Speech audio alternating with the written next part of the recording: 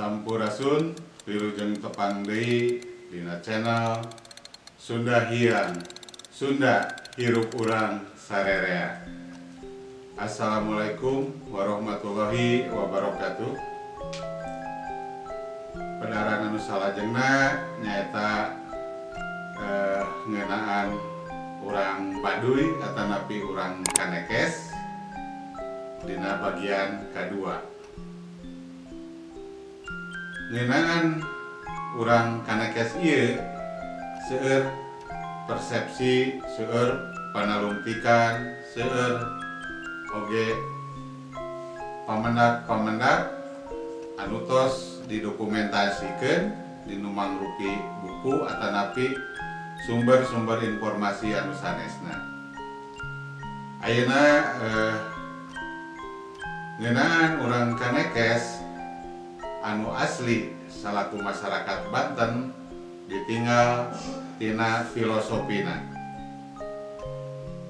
Filosofi dina kapercayaan jeung ritual urang Kanekes sarua pisan jeung kapercayaan atanapi ritual urang Atlantis sapertos anu dideskripsikeun ku Plato.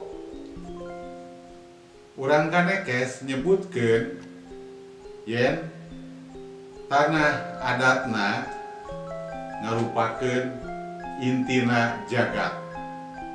Kayakinan eta kaluar tina pandangan maranehna yen di dinya alam semesta ieu mimitina jeung di dinya oge mimitina aya agama atanapi kapercayaan anu diturunkeun ka bumi.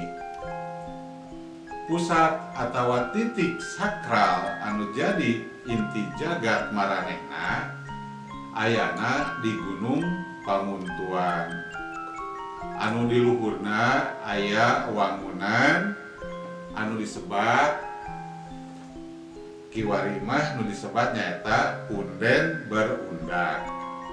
Anu disebat nyaeta Sasaka pada Ageung. Dina punden pangluhurna aya anu disebat Menhir. Anu disebat nyaeta Sasaka Pusaka Buana. Teras salajengna dina kahirupan agama aranjeunna atanapi kapercayaan aranjeunna anu disebat Sunda wiwitan aya genep tugas dina kahirupan teh.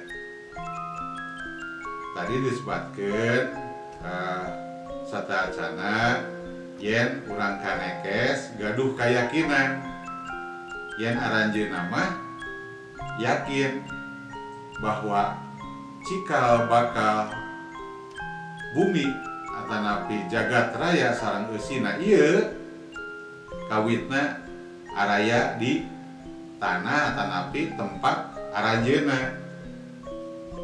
Kitu pamendakna kayakinan urang Kanekes. Tugas anu janten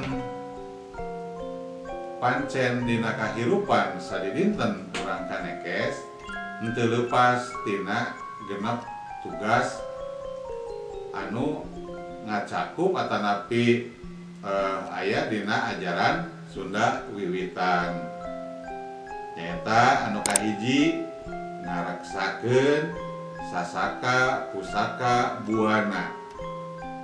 Kadua ngareksakeun Sasaka para Hyang. Anu katilu ngasuh ratu ngajaya menak. Teras anu kaopatna ngabarata tapakeun Nusa 33. Anu kalima nyaeta kalanjakan atanapi kapundayan. Sareng anu kagenepna nyaeta ngukus kawalu muja ngalaksa. Tugas anu kahiji patali jeung ngarawat atanapi ngajagaan sasaka pusaka buana anu disebat inti jagat atanapi anu disebat ku bahasa asing mapanginten Cosmic Mountain, Mountain Temple, Cosmic River, sareng Gate of Heaven. Eta anu tugas kahiji. Tugas kaduana nyaeta ngajaga tur ngarawat inti jagat, nyaeta sasaka para hyang. Teras tugas anu katilu patali jeung pengabdian urang kanekes ka raja.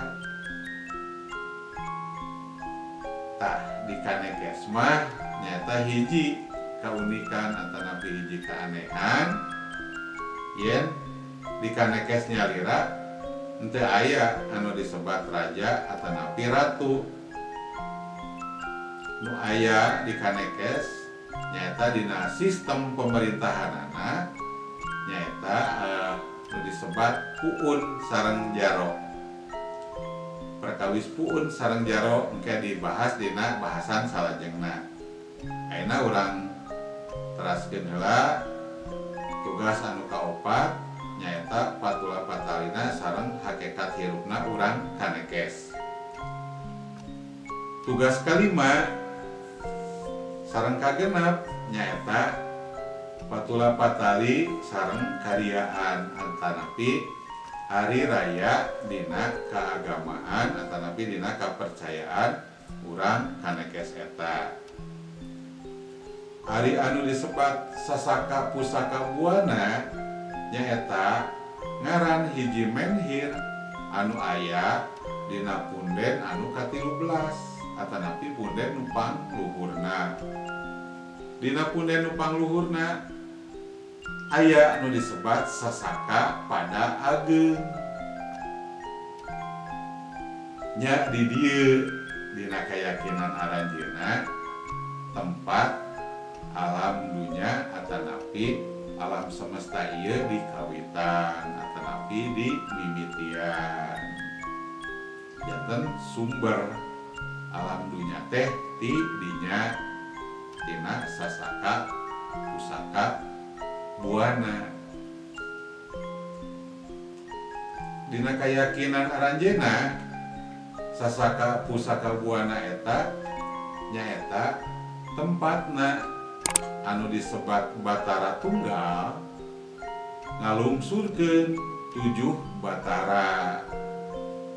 Di antawisna anu disebat Batara Cikal anu nurunkeun atanapi ngalungsurkeun turunan urang kanekes sareng agama anu disebat Sunda Wiwitan.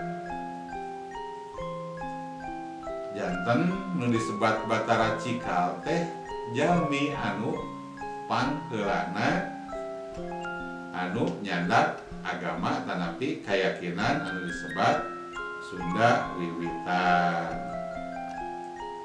Eta dina keyakinan kepercayaan urang kanekes ngeunaan sasaka pusaka buana. Kusabab kitu wilayah kanekes mangrupakeun wilayah inti jagat atawa porosna alam dunya, alam semesta ieu anu kudu tetep dijaga demi kelangsungan hirup alam dunya atanapi alam semesta ieu sareng eusina.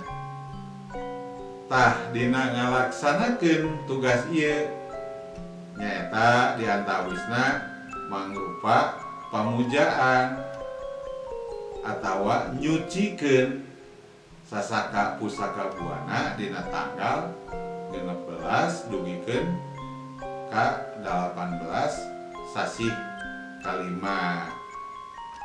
Tah sasih kalima di dieu sanes sasih Mei, tapi sasih kalima dina kalender urang Kanekes. Kaasup oge nyaeta ngajagaan kalayan imet tina sagala rupi anu bakal motoran inti jagat ieu. Daerah ieu anu paling dilarang di Kanekes. Kaasup kanggo urang Kanekesna jalira gitu. Tak urang tiasa nyandak kasimpulan panginten dina perkawis ieu sok sanaos panginten disebat ku urang punten gitu. Yen urang Kanekes teh pami terbelakang teh mah terbelakang, padahal mah aranjeunna nyalira parantos tiasa ngetang. Nyaeta tiasa ngetang alam jagat ieu. Nyaeta buktosna ku ayana kalender. Janten kalenderna aranjeunna mah kalender nyalira, henteu sapertos urang gitu. Aranjeunna mah nyaeta tos ngagaduhan perhetangan astronomi nyalira. Saur bahasa keren nama nyaeta perhetangan astronomi anu ngawujud dina kalender. Teras tadi teh henteu sambarangan jalmi anu tiasa lebet karena wilayah inti jagat anu dina keyakinan aranjeunna disebat sasaka pusaka buana. Janten dilarang kanggo samantawis jelema teu tiasa sok sanaos urang Kanekesna nyalira. Ta urang hartosna dilarang di dieu nyaeta larang dina bahasa Sunda. Suci hartosna eta teh. Janten pami dilarang eta disucikeun. Dilarang sanes dina bahasa Indonesia. Tapi dina bahasa Sunda ayana sasaka pusaka parahiang. Nyaeta dina sirah walungan Ciparahiang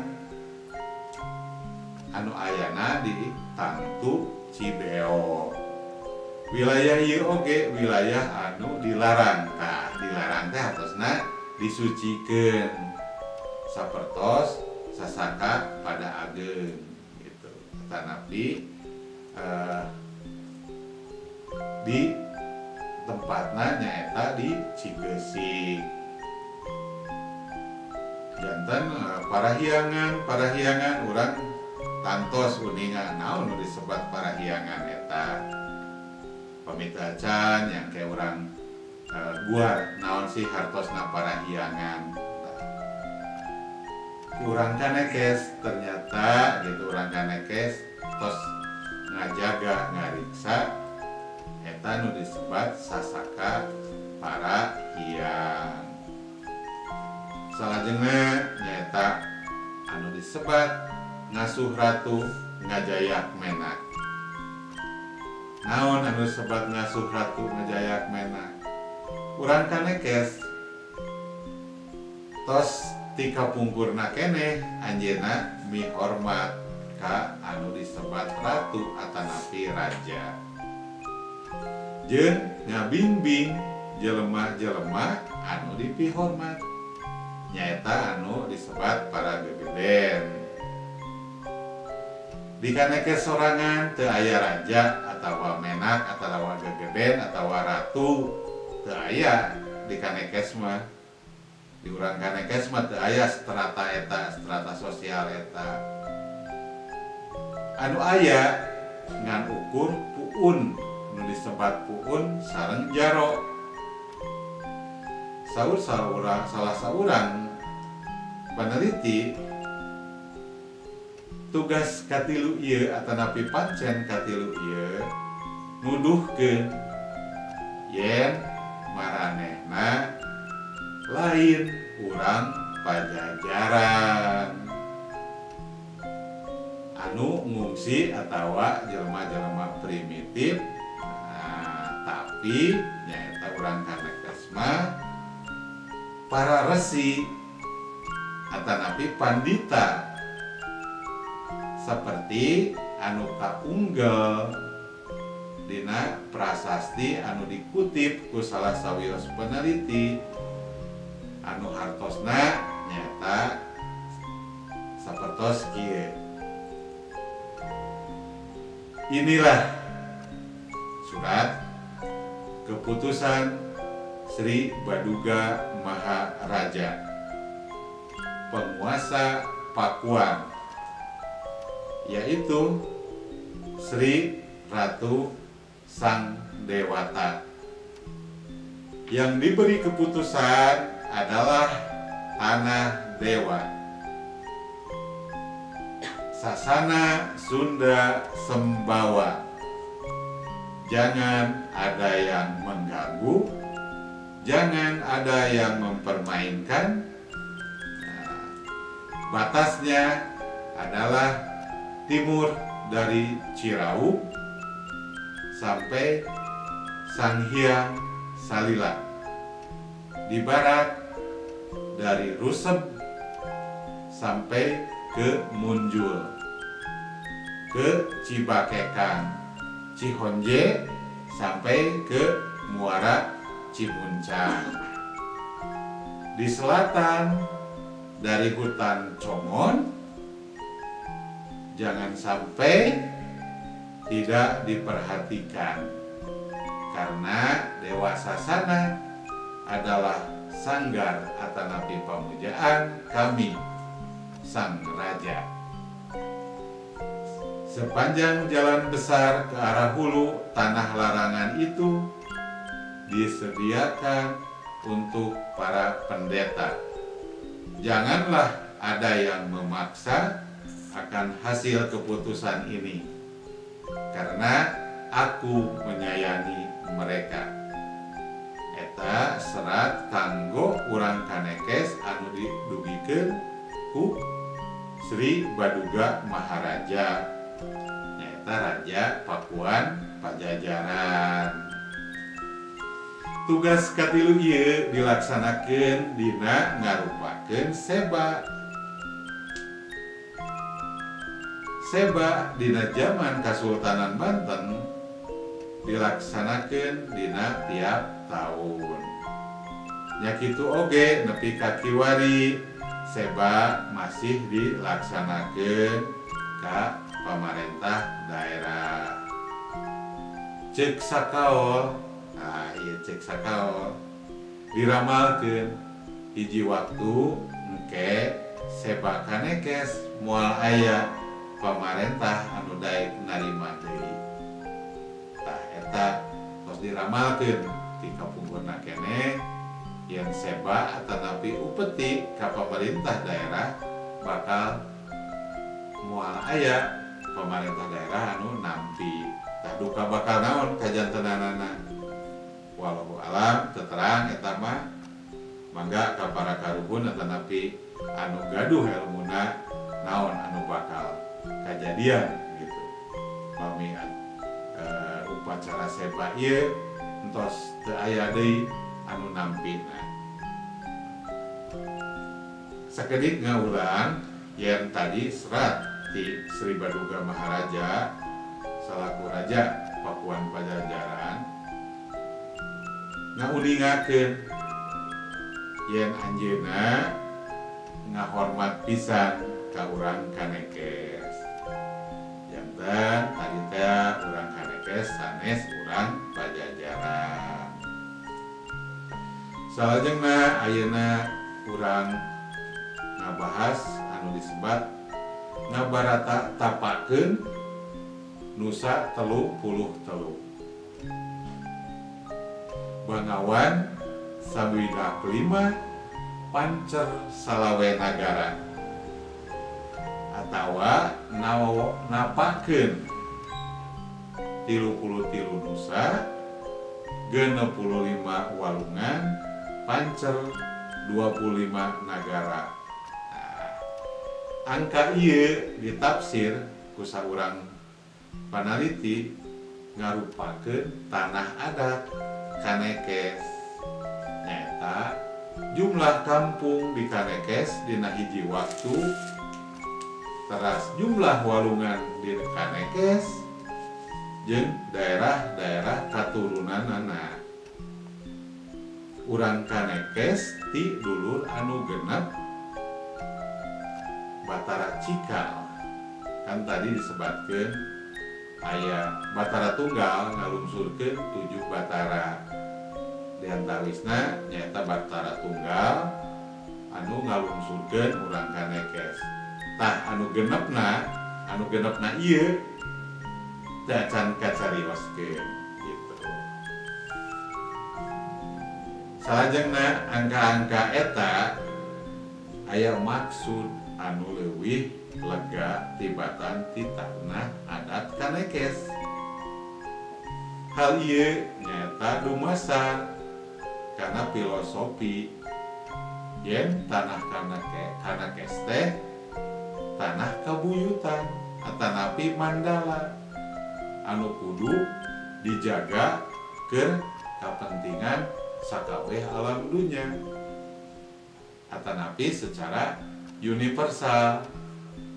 Mari tadi teh urang Kanekes yakin yen alam dunya ieu dimimitian atanapi dikawitan ku tanah pusaka atanapi sasaka pusaka buana anu ayana di wilayah Kanekes. Salajengna urang Kanekes tos sadar, tos ngagaduhan kasadaran anu langkung yen aranjeunna salaku manusia nyaeta bagian tina alam. Janten aranjeunna wajib ngajaga tur nyariksa alam. Teras ayeuna naon anu disebat kalanjakan atanapi kapundayan ieu nyangkut kana upacara atanapi perayaan dina hal ihwal keagamaan nyata hari raya dina keagamaan anu disebat kalandayan sareng kapundayan teh patula patali sareng hal ihwal moro. Nah, moro naon anu disebat moro? Anu disebat moro teh nyaeta hartosna berburu ngalalauk. Nah, ngalalauk atanapi punday atawa ngala sato hewan kulanjak atanapi kujaring atanapi jala atanapi kecerik disebut lanjak teh eta. Ritual ieu dilaksanakeun salapan poe saseacan waktosna nu disebat waktos kawalu. Kawalu nyaeta panen sareng nyimpen pare kaleuit. Tah, leuit oge apal nu disebat leuit teh. Nu disebat leuit teh nyaeta lumbung. Leuit teh lumbung nyaeta tempat nyimpen pare satos panen. Di urang Kanekes nyaeta diupacarakeun eta teh sadeacana nyaeta tadi teh moro lauk, moro sasatoan atanapi ngalalauk. Janten rame salami salapan dinten masyarakat atanapi urang Kanekes ngalaksanakeun ritual anu disebat kalanjakan kapundayan. Nyaeta majengkeun kanggo dina dintenan kawalu. Kawalu nyaeta ngaupacarakeun pare bade disimpen kaleuit. Dikawitan nyaeta kupuun. Teras dituturkeun ku sarerea. Nyaeta ku masyarakat atanapi ku urang Kanekes. Aya kecualina deui. Kecualina nyaeta puun cikertawana. Manehna teu meunang gitu. Teu meunang. teu meunang barang dahar kadaharan anu nyawaan. Tah mun puun Cikertawana mah istimewana nyata dilarang barang dahar anu nyawaan. Hal ieu disababkeun nyaeta daerah Cikertawana atanapi nu disebat Tantu Cikertawana eta anu disucikeun pisan.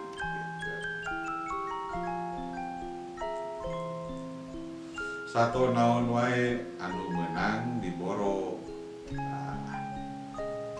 Janten aya aturanana teu sakabeh sato tiasa diboro.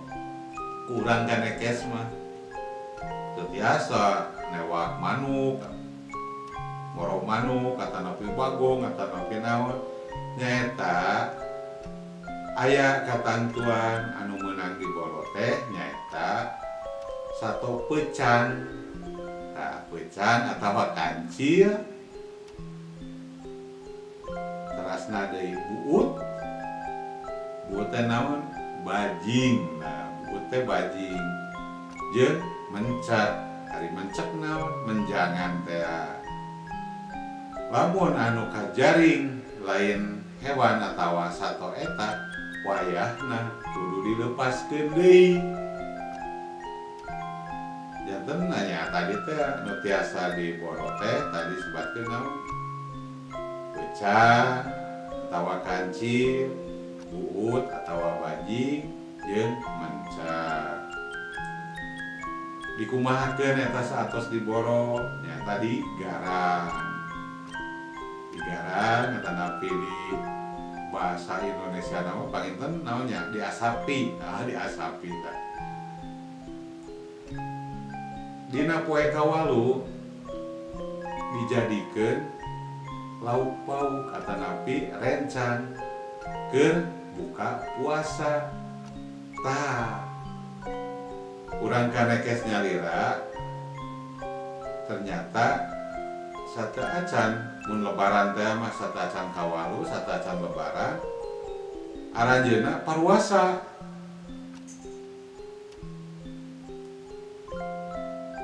Teras ngukus ngawalu muja ngalaksa.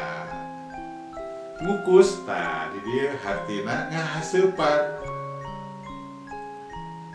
Dina hal ieu nyaeta nyieun haseup anu seungit atawa wangi saperti meuleum menyan atawa kai gaharu atawa kai cendana, madat atawa gegeutahan.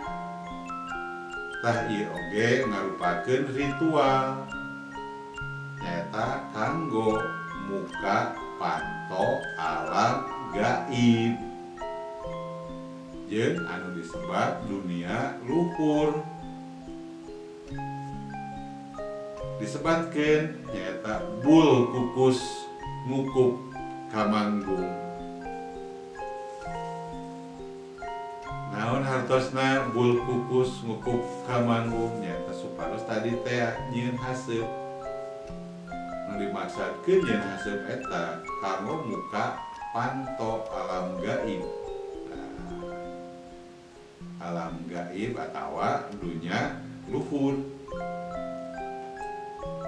Kaunikanana nyaeta setiap bahan ngabogaan ciri mandiri atawa spesifikasi.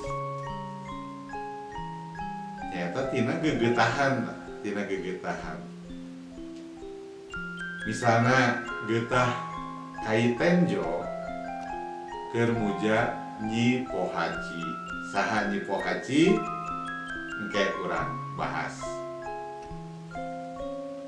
Kawalu seperti anu tos dijelaskeun, selain keur mulangkeun pare kaleuit, nah janten pare teh diupacarakeun. Kawitna ti leuit nya kedah diuikeun deui kaleuit satos panen gitu. Yen urang kanekes jeung budak anu geus disunatan wajib puasa dina maleman saacan kawalu. Tah kedah digaris bawahi oge atanapi diperhatoskeun yen urang kanekes atos ngagaduhan budaya sunatan gitu. Tah janten pamegat atanapi lalaki-lalaki urang kanekes tos disarunatan tiba heula keneh gitu.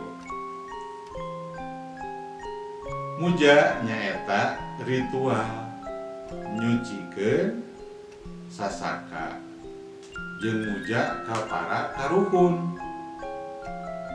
Disasaka pada ageun anu mangrupa nyaeta tadi teh sasaka pusaka buana.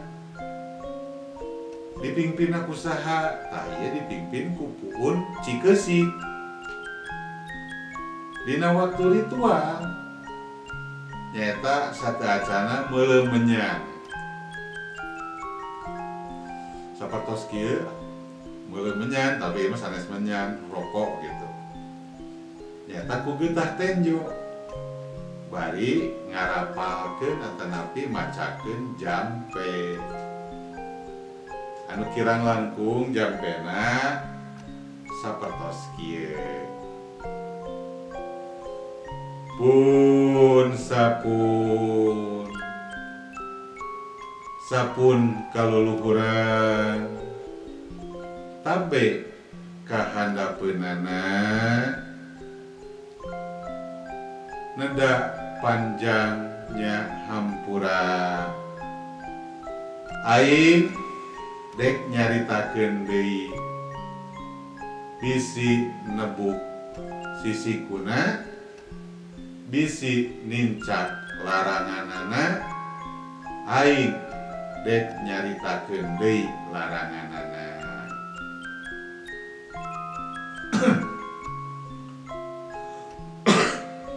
Bul kukus aing cai putih tumpang herang angin putih tumpang rasa nu aya di panca tengah.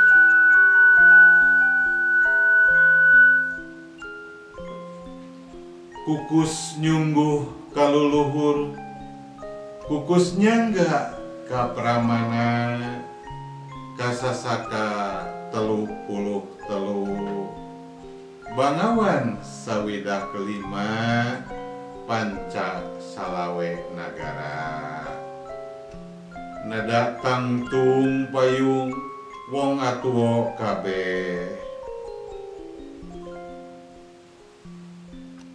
Saterasna warga mersihan atanapi urang kanekes sadayana bebersih disabudeun eta punden. Nyaeta teu kenging nganggo parabot tapi kedah nganggo panangan. Kedah nganggo arit, nganggo bedog, nganggo itu, nganggo ieu teu kenging bebersih di sasaka pusaka buana mah. Kedah nganggo panangan wae. Tangtos ieu aya maksana. Saanggeus bebersih diri, saatosna bebersih wilayah atanapi area sabudeureun punden, nyaeta geuwat awakna dibersihan, nyaeta di Sanghyang Pangumbahan. Saterusna naik ka punden anu luhur. Nu luhur nyaeta teras ngarapalkeun deui jampe nganggo jampe anu kirang langkung jampena kieu.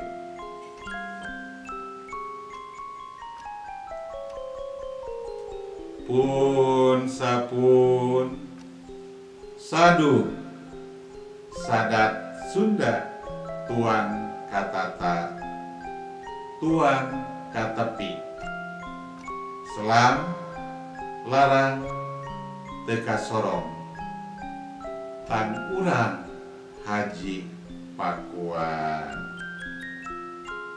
Eta jampe anu dirapalkeun ku puun Saterusna naik ka punden atau napi ka puncak pangluhurna nyaeta di Sasaka Pusaka Buana. Saterusna nyimpang ka Talahab nyaeta keur buka aranjeunna paruasa nyaeta saatos ritual di Sasaka Pusaka Buana nyarimpang ka Talahab kanggo buka jeung mulang ka lemburna eta kanggo buka babarengan janten bukana oge satos puasa teh babarengan pamiku ayeuna mah panginten naon nu disebat bukber nyaeta nu disebat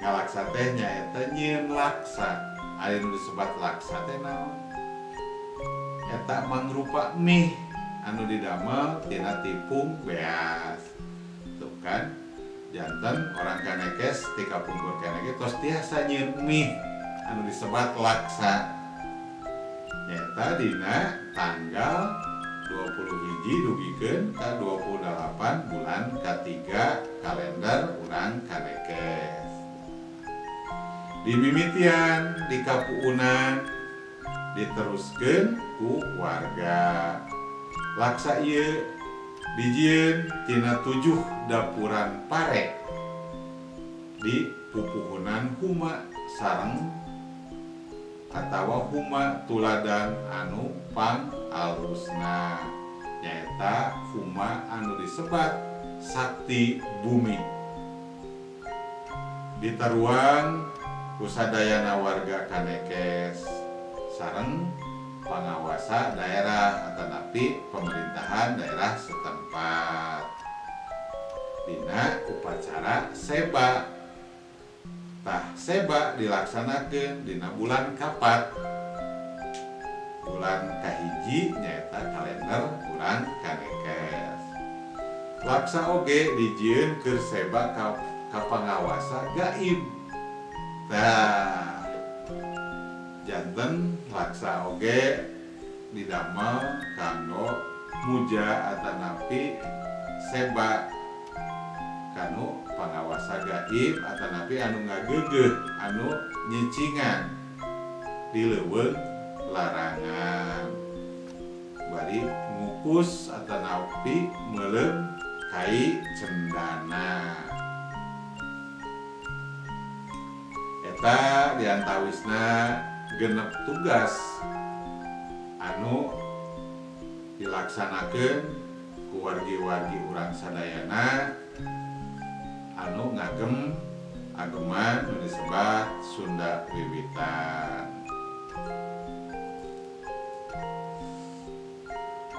Tadi tos disebatkeun yen di urang kanekes mah teu aya strata sosial atanapi kasta sadayana sami wae papada jalmi gitu aya oge nyaeta anu disebat puun atanapi jaro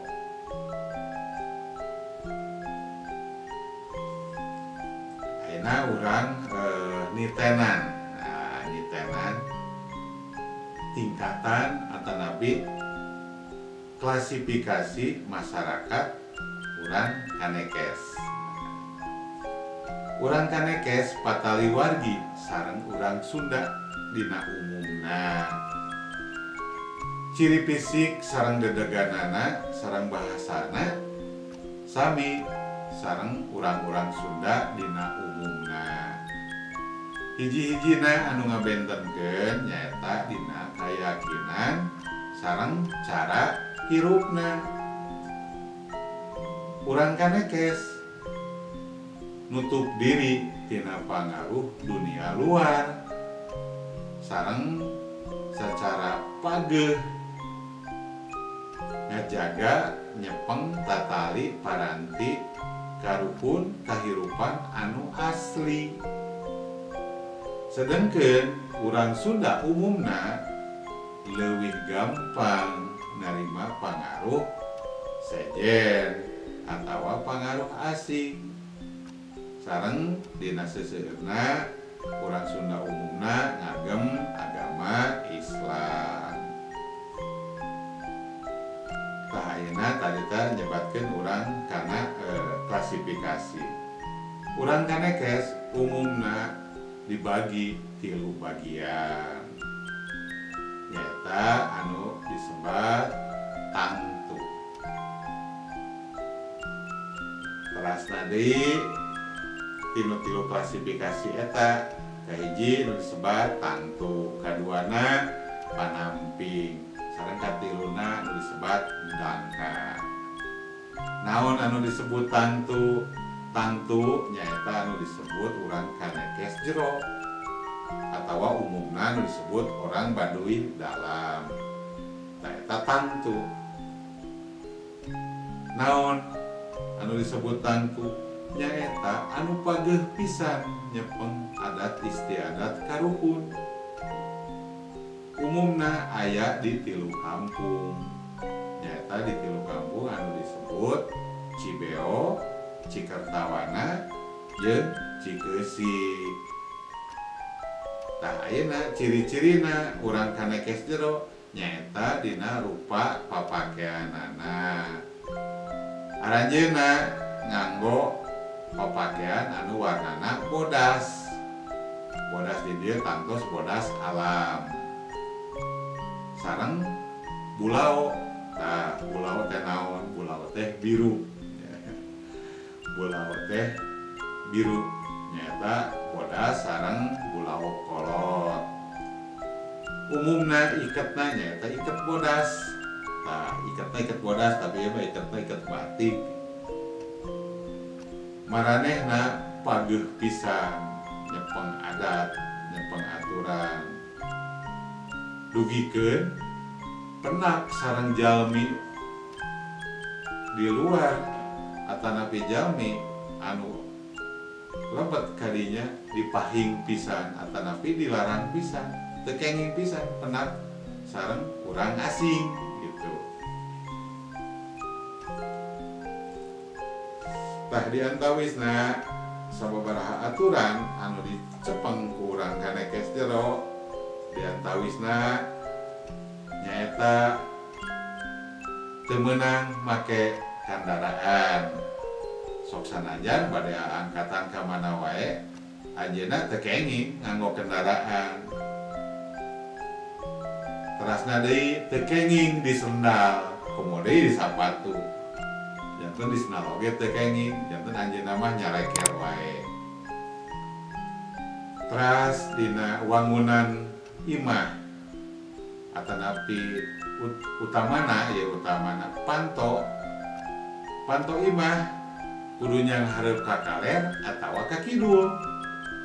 Tah dikecualikeun ku puun mah kenging nganggo panto anu nyang hareup ka mana wae.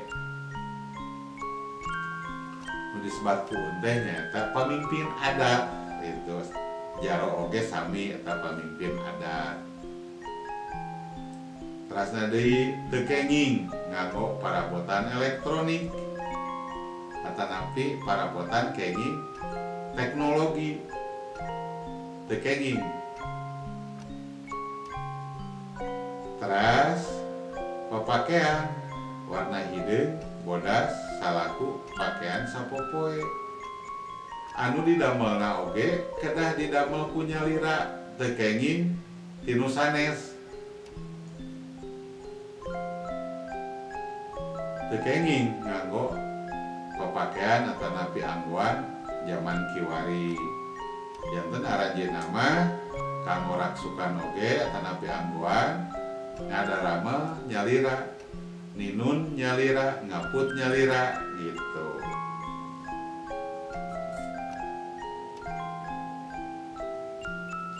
Ayeuna salajengna eta anu disebat dina susunan atanapi tingkatan klasifikasi panginten anu disebat tangtu. Ayeuna naon anu disebat panamping?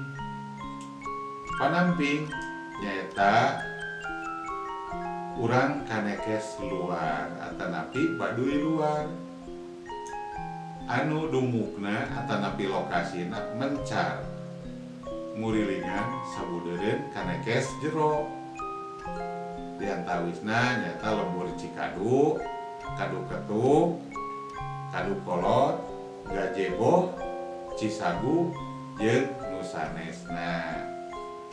Warga kanekes luar ciri anu mandirina nyaeta pakaianana sareng iketna warna hideung. Nah, warnana hideung ieu orang panamping ya, orang kanekes luar. Urang kanekes luar nyaeta masyarakat anu geus kaluar tina aturan karukun jeung kaluar ti daerah kanekes.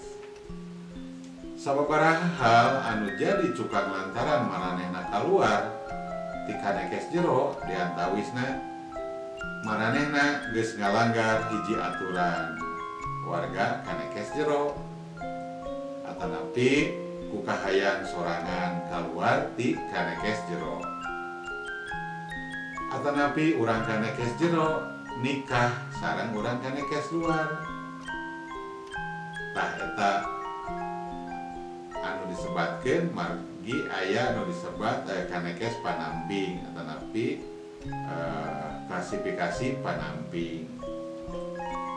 Ciri-cirina urang kanekes luar maranehna geus nyaho parabotan hasil teknologi seperti parabot elektronik sok sanajan gitu dina makena tetep dilarang gitu.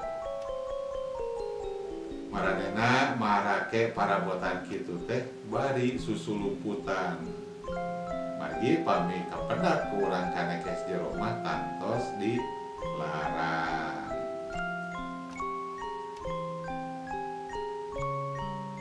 Tah ayeuna dina numutkeun asal usul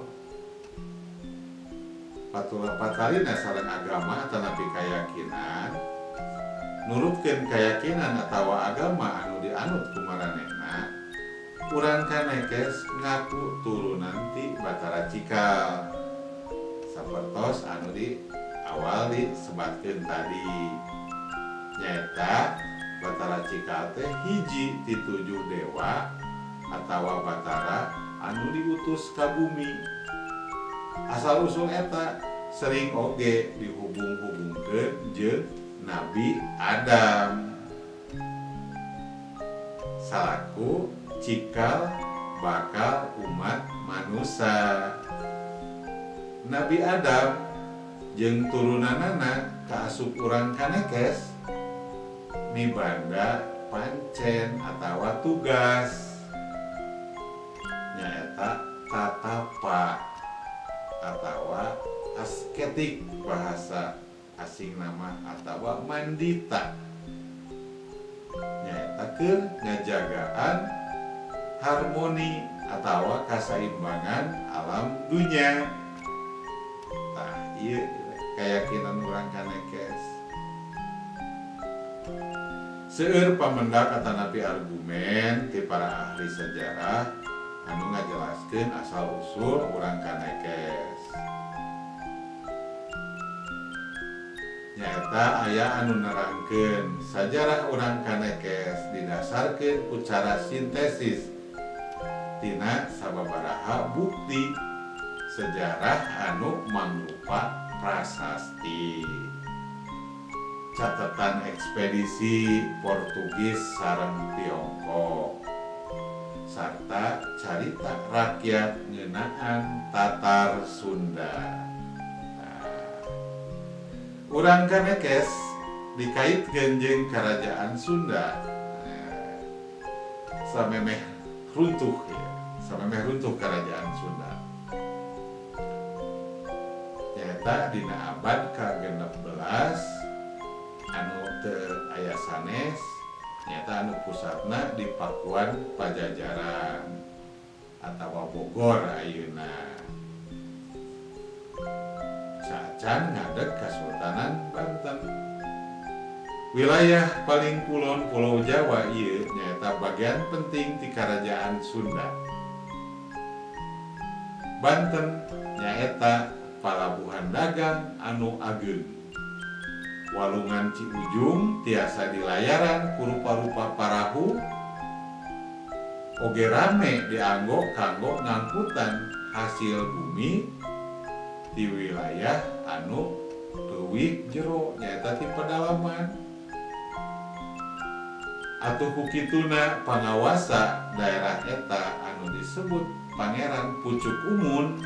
Tah aya Pangeran Pucuk Umun salah sawios Raja Pajajaran oge mentingkeun pisan yen keayaan walungan kudu dijaga keaslianana. Nya diparentah hiji pasukan kerajaan anu ahli keur ngajaga jeung ngurus leuweung gerot jeung gunung-gunung atawa pasir di wilayah Gunung Kendeng. Ku ayana pasukan anu tugas khusus eta anu katinggal nyaeta jadi cikal bakal urang Kanekes anu tiba heula nepi ka ayeuna nyicingan wilayah Sirah Ciujung di Gunung Kendeng. Tah ku aya anak beda-beda pamendak ieu atanapi argumen justru makin nguatkeun dugaan yen dina zaman eta identitas atawa katerangan jeung kasajarahan maranehna ngahaja ditutupan anu mungkin wae keur keamanan urang Kanekes sorangan tina gangguan atawa serangan musuh-musuh Pajajaran. Eta pamendak sebagian ahli anu nyebatkeun asal usul urang Kanekes dikaitkeun sareng Pakuan Pajajaran. Tapi ieu pamendakna dari Van Trich seorang dokter anu kungsi ngalakukeun atanapi riset dina tahun 1828 anjeunna nolak teori anu tadi. Cek manehna urang Kanekes mah nyaeta warga asli daerah eta anu miboga kakuatan nolak ayana pangaruh ti luar. Tah eta saur Van Trich. Anjeunna nyaeta yakin urang Kanekes sorangan tos disebatkeun apa nolak lamun disebutkeun maranehna asal muasalna ti Pajajaran. Teras deui penaliti oge nyebatkeun urang Kanekes mah nyaeta warga setempat anu jadi Mandala atawa kawasan suci. Tah Mandala teh nu disebat Mandala teh hartosna kawasan suci atanapi daerah suci secara resmi ku raja sabab wargana boga kawajiban mulasara kabuyutan. Tah nu disebat kabuyutan nyaeta tempat muja muji leluhur atawa karukun atawa nenek moyang. Nyata lain kepercayaan ka Tuhan seperti Hindu atawa Buddha. Kabuyutan di daerah ieu disebut kabuyutan Jati Sunda atawa Sunda asli atawa Sunda wiwitan. Wiwitan nyata hartosna sami wae sareng asli atawa asal atawa pokok atawa jati atawa inti. Nah, kusabab kitu kepercayaan ka Gusti atanapi ka Tuhan asli maranehna mah dibere ngaran nyaeta Sunda wiwitan. Terasaha atuh Raja Pajajaran anu ngajadikeun urang Kanekes atanapi wilayah Kanekes ngajadi Mandala atanapi tempat suci nyaeta rakean Dharma Siksa. Tah ayeuna urang leuwih seketan dina perkawis keyakinan atanapi agama teh. Keyakinan agama urang Kanekes anu disebut Sunda Wiwitan sumberna tina pamujaan arwah nenek moyang atanapi karukun.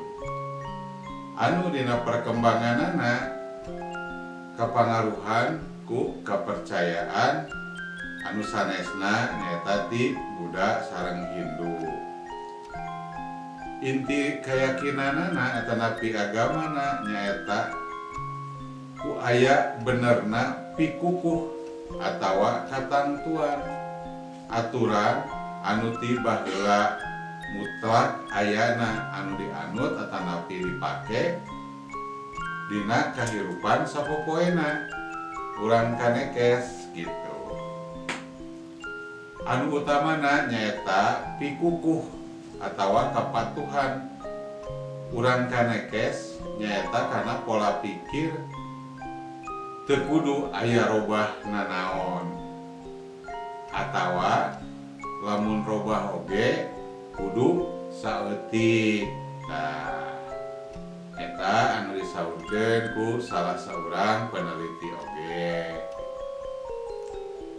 Ajeuna nyanak paribasa anu umum aya di urang Kanekes nyaeta lojor henteu beunang dipotong, pondok henteu beunang disambung. Anu hartosna nyaeta lamun panjang teu kenging dipotong, lamun pondok oge teu kenging disambung. Terasna deui nyaeta pamali. Pamali dina kahirupan sapopoe dihartikeun atanapi diinterpretasikeun secara harfiah. Dina bagian tatanen ajaran pikuku eta nyaeta teu meunang ngarobah kontur lahan atanapi permukaan lahan keur tatanen atawa keur pepelakan. Sehingga cara pepelakanana, cara tatanen oge eta sederhana pisan. Lahan tatanen teu diolah ku pacul atawa sajabana. Komo deui ngadamal terasering. Melak oge cukup ku ditugal. Nyaeta gantar awi anu tungtungna diseuketan. Dina ngawangun imah oge kontur taneuh diantep saayana wae. Anu balukarna tihan-tihan imah di Kanekes jarang anu sarua panjangna. Ucapan jeung kalakuan maranehna oge jujur, polos, tanpa basa-basi. Dugi kadina dagangna oge atanapi ical galeuh perniagaan maranehna teu aya tuwar-tawar. Sajalan terahna bae dina ical galeuh oge. Teras anu janten objek keyakinan agama anu penting keur warga Kanekes nyaeta anu disebat arca domas. Tah ieu arca domas anu disebat arca domas ieu tempatna dirahasiakeun pisan sareng dianggap paling suci atanapi paling sakral. Urang Kanekes ngadatangan lokasi eta keur ngajalankeun ritual sataun sakali nyaeta dina bulan Kalimat teh. Ngan puun atawa tetua adat jeung sababaraha urang jalma pinilih anu tiasa lebet kadinya. Di tempat arca domas eta aya batu lumpang nyaeta mangrupi jublek anu nyimpen cai hujan. Tah dina waktosna lamun dina waktos ritual eta kapenak dina jublek eta aya cai anu kondisina caina herang ke urang kanekes eta pertanda sae gitu. Yen hujan dina tahun eta bakal roba turun sareng panen bakal hasil. Sabalikna lamun caina kiruh eta pertanda kegagalan panen sareng hujan kirang nyata biasa disebat bakal usum halodo. Janten eta batu jublek eta atanapi batu lumpang tiasa dijantenkeun totonen atanapi pertanda kanggo pepelakan atanapi tatanen dina tahun eta. Tah ayeuna dina sistem pamarentahanana. Dina sistem pamarentahanana urang kanekes nyaho ayana dua sistem pamarentahan. Naon wae nyaeta kahiji sistem nasional anu nuturkeun aturan nagara Indonesia. Sareng aturan atanapi sistem aturan baheula anu nuturkeun adat istiadat anu dipercaya ku masyarakat atanapi warga kanekes. Dua sistem eta digabung atawa dialkulturasikeun kalayan imet tur apik dugi kateu aya beda paham. Nyata secara nasional urang kanekes dipimpin ku kepala desa atawa anu disebut jaro. Tah jaro teh kepala desa. Nyata aya dina pamarentahanana nu langkung luhur aya dina sistem kacamatan. Tapi secara aturan adat, nah aranjeunna nyata tunduk karena pimpinan adat anu disebat nyata puun teh. Nah, janten puun teh pimpinan adat pamijaro nyata kepala desa.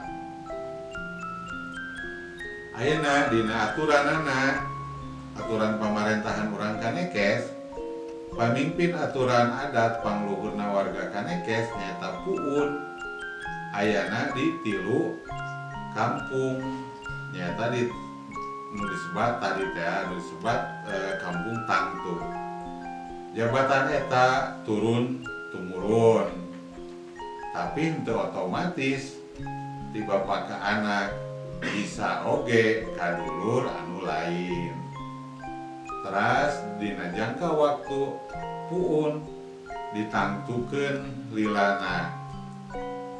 Janten teu aya katangtuan kada sabaraha tahunna. Ngan dumasar kana kamampuan nyekel jabatan puun teh. Eta sistem pemerintahan anu aya di urang kanekes. Atanapi warga kanekes aranjeunna ngan tunduk ka puun secara adat, tapi secara nasional anjeunna tunduk ka sistem pemerintahan secara nasional. Ayeuna dina urusan pagawean sakumaha anu geus kajadian saperti ratusan tahun anu kaliwat, pagawean utamana urang kanekes nyaeta tatani atanapi tatanen. Tatanenna di dieu nyaeta tatanen pare huma. Dina melak pare kanggo kaperyogian barang daharna aranjeunna nyaeta melak parena rupina pare huma.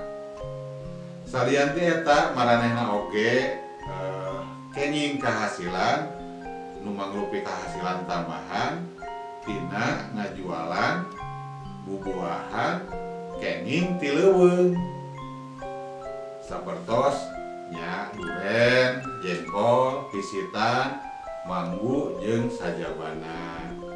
atanapi aya deui anu tos janten ciri khasna ayeuna nyaeta madu anu kenging ti leuweung oge gitu. Eta dina sistem pagaweanana atanapi mata pencaharianana. Teras ayeuna kumaha cara gaulna atanapi interaksi sareng warga luar. Urang kanekes anu nepi ka kiwari nyepeng pageuh adat istiadat lain warga asing anu mencil atawa warga anu ngaisolasi ti dunia luar. Tah, ngadegna Kasultanan Banten anu otomatis ngasupkeun wilayah kanekes ka wilayah kakawasaanana teu leupas tina kasadaran maranehna salaku tanda kapatuhan atanapi pengakuan keun anu kumawa saharita. Warga kanekes sacara rutin nyaeta ngalaksanakeun upacara seba ka Kasultanan Banten harita. Dugi ka ayeuna upacara seba eta terus diayakeun setahun sakali nyaeta anu mangrupi nganterkeun atanapi masihkeun hasil bumi anu mangrupi pare palawija atanapi buah-buahan kanggo Gubernur Banten sateacana nyaeta Gubernur Jawa Barat ngalalangkungan tangtos wae Bupati Kabupaten Lebak. Di bagian tatanen urang kanekes gaul oge atanapi berinteraksi oge sareng warga ti luar kanekes. Misalna nyaeta tina sewa menyewa taneuh sareng janten tanaga buruh. Teras dina perniagaan oge ku ayeuna geus ngagunakeun nyaeta mata uang atanapi nganggo artos rupiah oge. Urang kanekes ngajual hasil bubuahan, madu, gula, sareng sagala rupina hasil bumi atanapi hasil ti leuweung. Teras maranehna oge balanja kanggo keperluan sehari dintena ka pasar. Terasna oge deui urang kanekes oge resep arulin nyaeta ka kota-kota kecamatan sabudeunana wilayah kanekes. Sakitu panginten ngeunaan pedaran atanapi bahasan urang kanekes atanapi urang Baduy ayeuna mah jelas pangintennya anu disebat Baduy atanapi urang Baduy teh salaresna mah sesebatan Baduy eta disebatkeun nyaeta ku urang-urang asing anu nalungtik masyarakat asli urang kanekes. Nah, janten anu langkung sae mah ayeuna urang nyebat aranjeunna teh nyaeta urang kanekes wae anu aya di Kabupaten Lebak, Provinsi Banten. Atur nuhun oge kanu atos masihan rupi-rupi informasi margi pedaran anu kasanggakeun ieu teh salaresna ti rupi-rupi sumber informasi anu tertulis anu ku diserat ku para ahlina. Saterasna oge salian ti eta nyaeta pangalaman simkuring nyalira anu kantos ngalaman calik atanapi amengan ka kanekes gitu eta kajantenan sababaraha taun katukang. Atur nuhun kanu subscribe-na, kanu like-na, kanu komen-na, atanapi kanu share-na gitu.